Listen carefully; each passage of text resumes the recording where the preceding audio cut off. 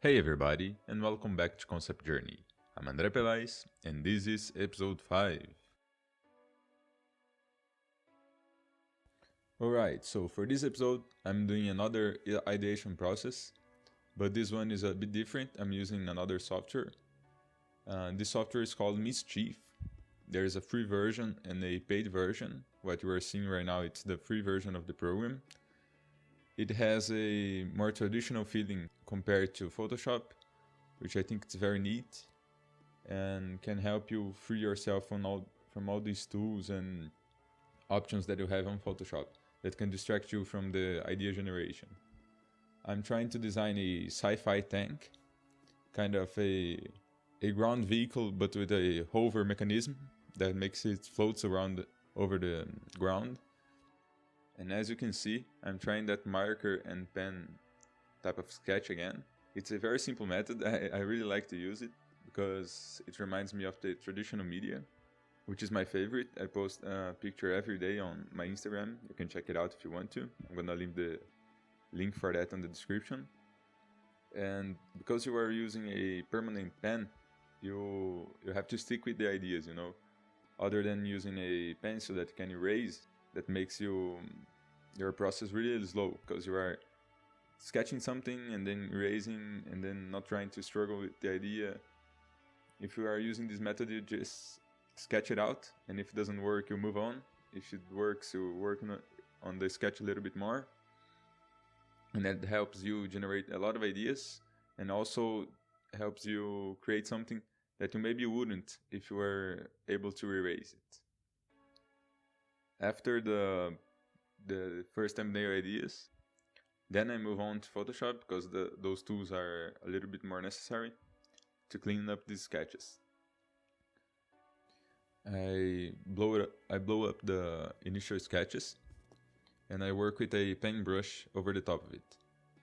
My design ideas during this process were that military vehicles usually have hard angle shapes to show that they are more aggressive, and you can't convey that with a lot of rounded shapes or cute shapes, of course.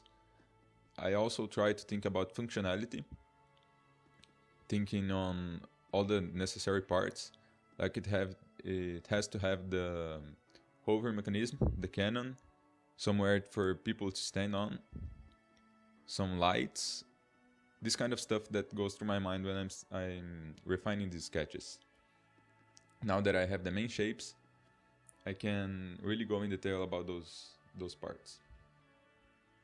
I also lay down a basic perspective grid on each one of those, just to make sure that I'm not going too far over it.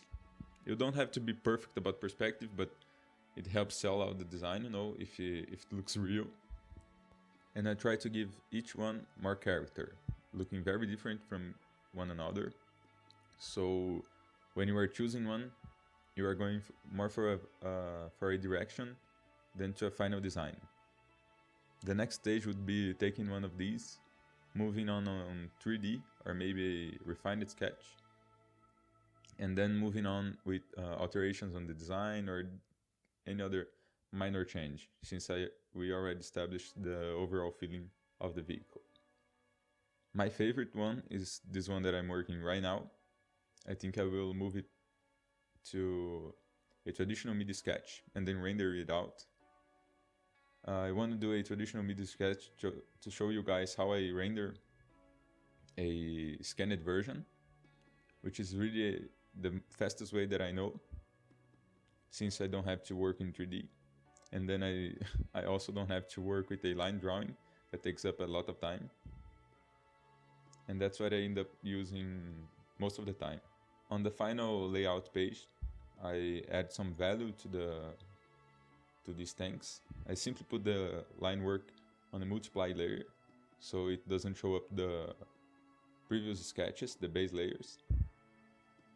And I add under this line work layer, I paint it out with some custom swatches that I found on the internet.